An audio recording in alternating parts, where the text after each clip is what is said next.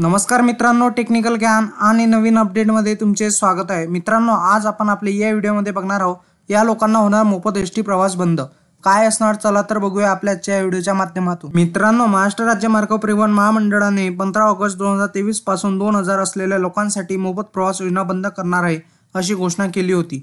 2017 मध्ये सुरू करण्यात आलेल्या या योजनेमुळे दुर्मिळ प्रवासाची मोफत ऑफर देण्यात आली होती, पण आता ती बंद करण्यात आली आहे।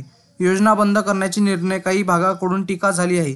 त्यांचा असा युक्तिवाद झाला की दुर्मिळ आजार असलेल्या लोकांना यांचा विषम परिणाम होईल। आदित्य आरोग्य सेवक आणि इतर अत्यावश्यक सेवांमध्ये प्रवेश करण्यामध्ये महत्त्वपूर्ण आणि दिले जाते।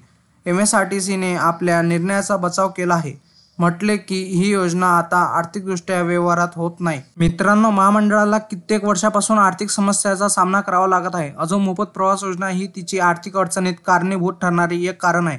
एमएसआरटीसीने असे म्हटले आहे की ते रुची एकर कमी भरपाई देईल। कित्येक वर्ष मोठे मोफत प्रवास योजनेचा लाभ घेतलेल्या तुम्ही आजार असलेल्या लोकांना 5000 रुपये, तथापि योजना बंद झाल्याचा परिणाम कमी करण्यासाठी हे पैसे असण्याची शक्यता नाही। मित्रांनो, मोफत प्रवास योजना बंद करणे हा महाराष्ट्रातील दुर्मिळ असा असलेल्या लोकांना भलताच मोठा धक्का आहे। यामुळे त्यांच्यासाठी आरोग्य सेवा आणि इतर अत्यावश्यक सेवा मध्ये प्रवेश करणे अधिक कठीण झाले आहे आणि ते आधीच तोंड देत असलेला आर्थिक भार पडत आहे। एमएसआरटीसीने मोफत प्रवास योजना बंद करण्याच्या निर्णयावरून पुन्हा विचार करावा आणि दुर्मिळ आजार असलेल्या लोकांसाठी ही एक महत्त्वाची जीवनरेखा आहे आणि ती बंद करणे त्यांच्या जीवनावर लक्षणीय नकारात्मक परिणाम होऊ शकतो। मित्रांनो, या कारणास्तव महाराष्ट्र सरकारने मोफत एसटी प्रवास बंद केला आहे या लोकांचा। मित्रांनो, तुम्हाला असेच नवनवीन व्हिडिओ बघण्यासाठी तुम्ही आपल्या चॅनलला लाईक, शेअर अँड सबस्क्राईब करा। धन्यवाद।